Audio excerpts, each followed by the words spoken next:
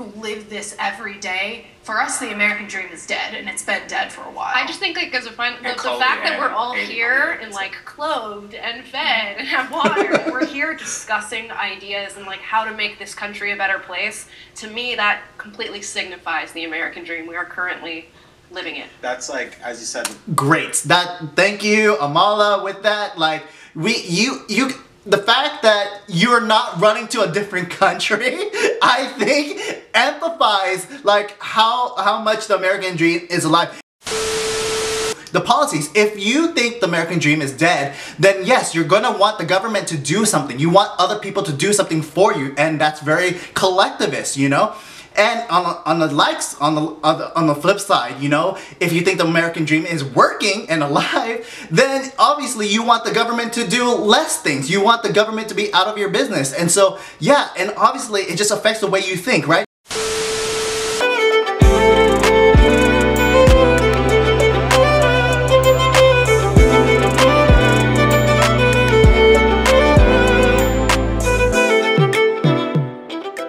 Hey yo, what's up guys? So I'm coming to you with another video. We're doing a reaction video to Jubilee. Liberals and conservatives are more similar than you think. You know, it's 2024, it's election season, you know, these conversations are important to have, you know, especially like as the media divides us, you know, I think there is something important to talk about that there are similarities, there is common ground, right? But at the same time, I think it's also helpful to distinguish, you know, if you're in your soul that you want to believe in social justice, then yeah, I guess you're on the left. But if you're like me, if your core values, if it is rooted in God, family, country, then maybe you're more conservative than you actually think. So we're gonna have some fun. Go in this video, do reaction, and see what they have to say. And obviously there's Amala, there's Mario up in here, and so it's gonna be a good time, right?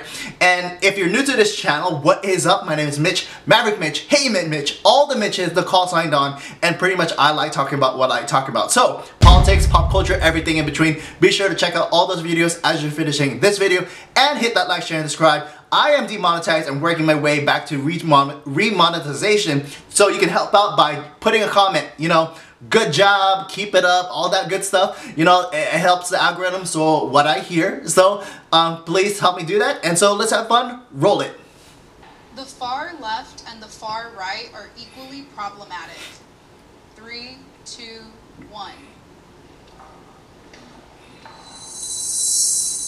Okay, so I'm gonna pause and go to this before they actually. I'm gonna do talk and play here, right? And so, are both sides problematic? The far side's problematic, absolutely. Come on, I mean, like the far left are gonna attack whoever on the stuff, and then if we're gonna quote the far right as someone who is like ultra like white nationalist, white Christian, like not even Christian conservative, but like white nationalist type of thing, like yeah, of course they're gonna be problematic, and I have seen that like at least Trump rallies, right? And so, but at the same time, majority of the people stay away from that, right? And so, which is good, right? And so the media likes to portray them as a larger voice than they are, all that stuff. And but obviously I agree, it can be problematic. Continue. I've actually seen both sides. I'm a gay conservative, and I have seen the far right chastise me for my sexuality, and I've seen the far left chastise me for being conservative.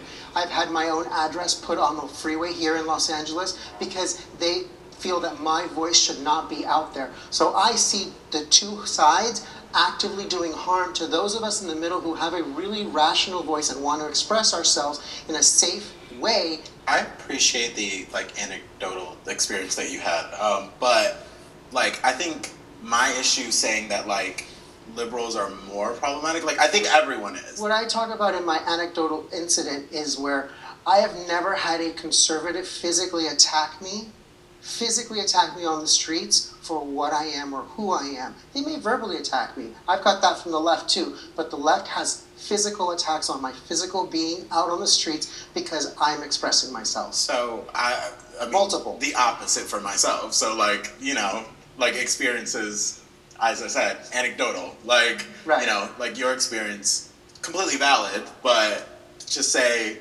oh, liberals are like you know, worse. Right. Like, well, it's not that there's no one worse, which is why I didn't move to strongly agree. My anecdotal experience tells me that there is a group of people on both sides that will do active harm to someone who steps out of their expected narrative. Can we also include that, like, again, I feel it is the left that is more unhinged than the people on the right, you know? Like, sure, unless you're going for the kids. Like, yeah, of course, you're gonna, like, have some very angry parents, some like, angry mamas, and some, like, good base dads. But, like, if we're talking about, like pronouns, all that stuff, you know, like, it's gonna be the left that is gonna be the more unhinged, right? When we talk about political extremes, I think one, there is a lack of desire for bipartisanship. The second thing is there's kind of like playful attachment to facts. People on the far left and the far right, whether we're talking about Israel-Palestine or vaccines, people seem to have like very fun activities in terms of just completely making stuff up regarding these two things. And then the third thing is the demonization of political opponents, where people on the far left and the far right engage in this idea that the people on the opposite side of the aisle, they're not just different or have different ideas, they actually hate the country, they want to destroy us. You know, people get labeled as extremists just for being even pretty centrist, based on our small conversation we've already had here. I don't think anyone here is extreme. No. But going down the street, you might get labeled, you know, crazy leftist or racist, or I had to take his shirt off, for real. It's interesting because when answering this prompt, I sort of hesitated. I've been on both sides of the spectrum. I used to be what I would characterize as a radical leftist. Now I'm sort of right of center. Can we give a shout out to Amala? Like, I'm glad she got this. Like, I already signed up for Jubilee. Jubilee, sign me up. Like, I'm ready to go. Like, I get characterized as a far-right extremist quite a bit. So I was thinking, what does far-right even mean? Because so many people who I deem to be reasonable are characterized as far-right, and I'm sure people on the left feel that very same way. I've gone and spoken to different campuses, both as a leftist and as a right-of-center individual, and I've never received more hatred or people trying to cancel my events than coming to those campuses as a conservative speaker. So the next question is, the American dream is still alive. I mean, like, it's alive. Is it attainable? Maybe not. It's like, and I think, you can, if you live in, okay, so I think it's about mentality, right? So if you are a victim, if you think all of these external forces are against you, then yeah, the American dream is dead. But like, even if, and you gotta be reasonable, like not everyone is gonna be a billionaire, but if you are hardworking, if you learn and read and do the part, like, hey, like, I'm ready on YouTube, I have a full-time job, but I am using my spare time to do YouTube videos so I can try to go back to monetization, so I can have an additional cash flow coming in. And so if you're smart and know how to use your money and save and live within your means, and yeah, I think you can, that is the American dream, like, to succeed in what you want to do, right? And so let's hear what they gotta say. Dream is still alive. 3, 2, 1.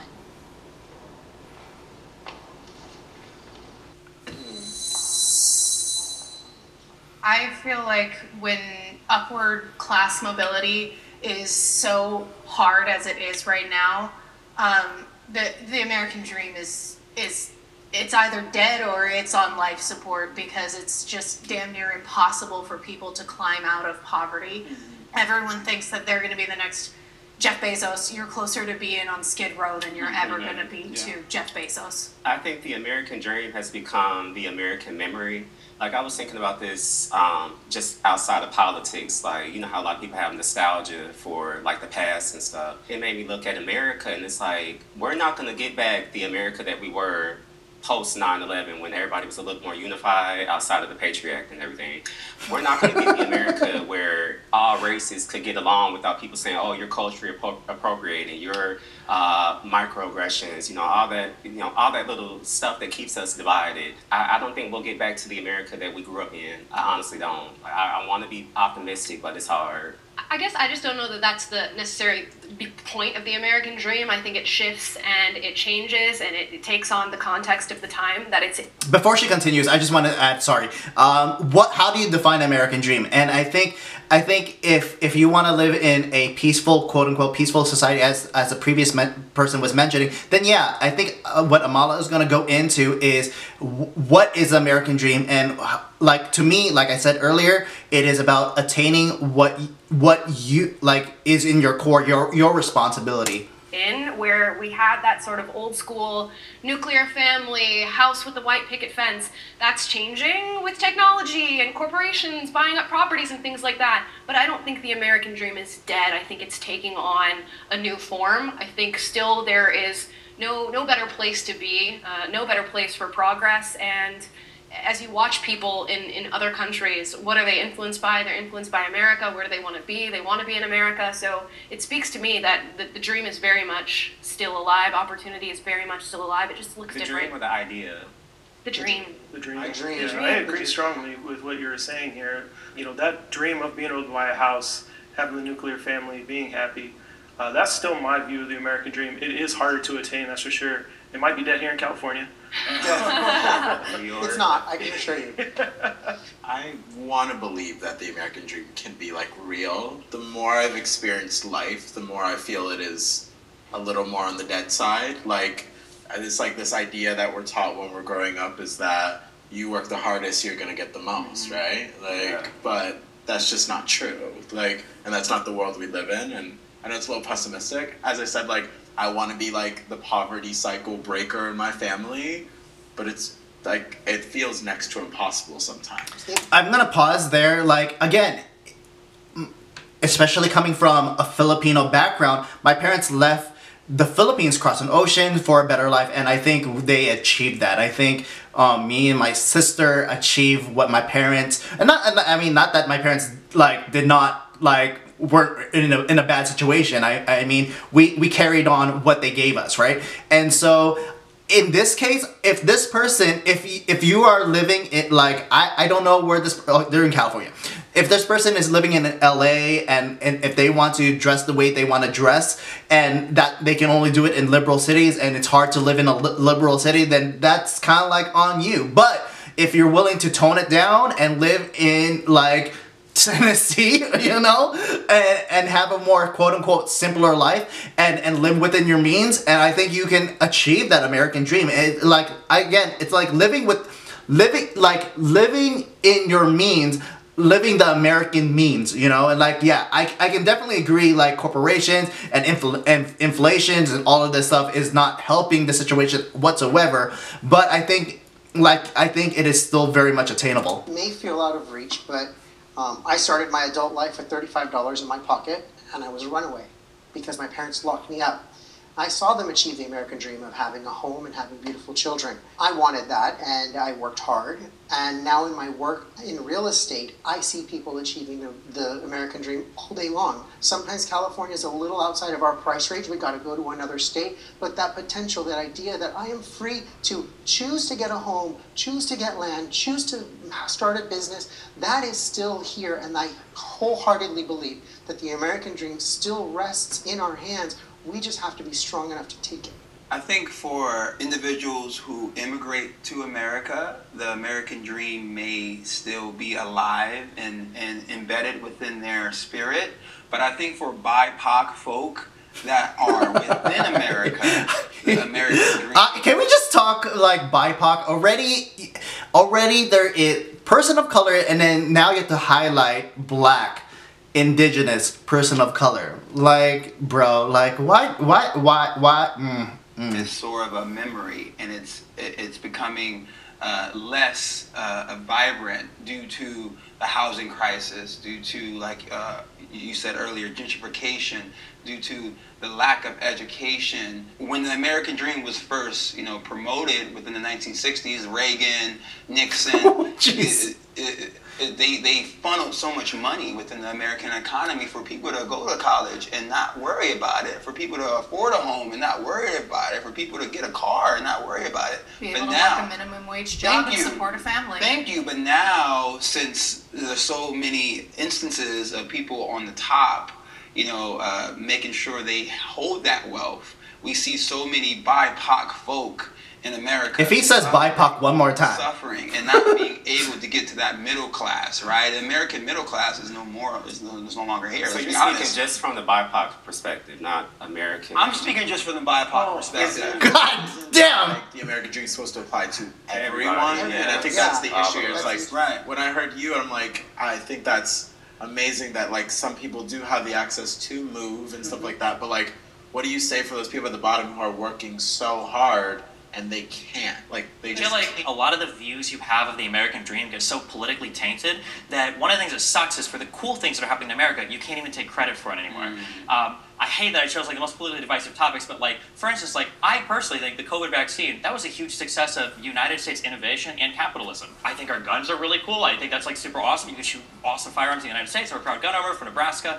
It seems like for all the things that exist that are good, we can't take credit for them anymore because all of them become so heavily politically divided that we start to have this huge doomer outlook on everything. I think it's really hard for some people to have that optimistic outlook when there is so much in the way. Like I, as a disabled person, we're still forgotten about with marriage equality. We're still forgotten about when it comes to health mandates. For a lot of people who live this every day, for us the American dream is dead, and it's been dead for a while. I just think like as a friend, the fact that we're all here and like clothed and fed and have water, and we're here discussing ideas and like how to make this country a better place, to me that completely signifies the American dream. We are currently living it. That's like, as you said, great. Thank you, Amala, with that. Like, the fact that you're not running to a different country, I think, amplifies like how much the American dream is alive. Again, if your dream is becoming the next Bezos,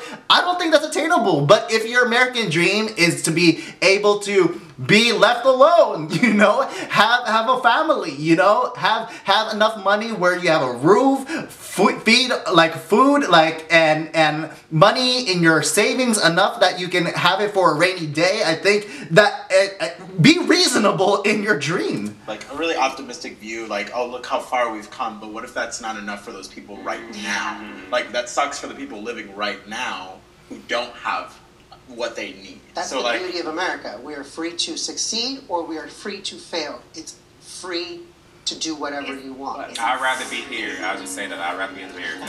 Okay, so wrapping it up here, and I was jumping around a lot, but I really like this last prompt is if you think the American dream is alive, right? Because you really got to see what their framings are and what they're thinking and all that stuff, and it's really good. And I think it's interesting that a lot of people who think the American dream is dead or not alive, it's on the left, and again, it's not all one for one, but and the people who think the American dream is alive is on the right. And I think it goes into the policies. If you think the American dream is dead, then yes, you're gonna want the government to do something. You want other people to do something for you, and that's very collectivist, you know.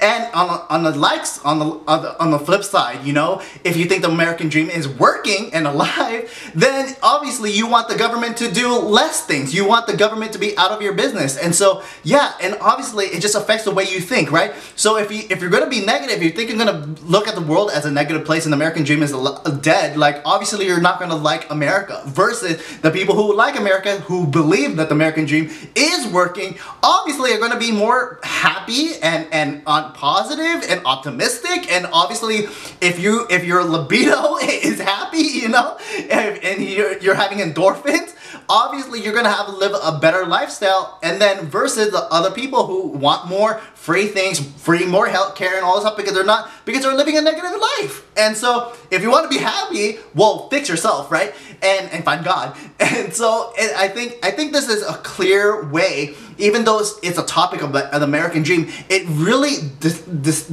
and obviously we have similarities, but it really distinguish and delineates where your mind is and what you want the government to do. Like obviously conservatives are like, yo, like the American dream is alive, I want this, I just don't want the government in my face, right? So I'm gonna leave it there. I like this discussion. Some of the topics were kind of weak, but I like the ending topic of if the American dream is alive, and I'll just leave it there. I think that's what I'm gonna focus on. So if you like this video, please like, share, and subscribe, and see you in the next video. Thank you for watching. You can follow me on my Instagram at HeyMitchMitch. I'm also on Twitter, MaverickMitch, and see you in the next video. Thank you for watching. Peace, peace, peace. Be with you. Eka maspero to tuo.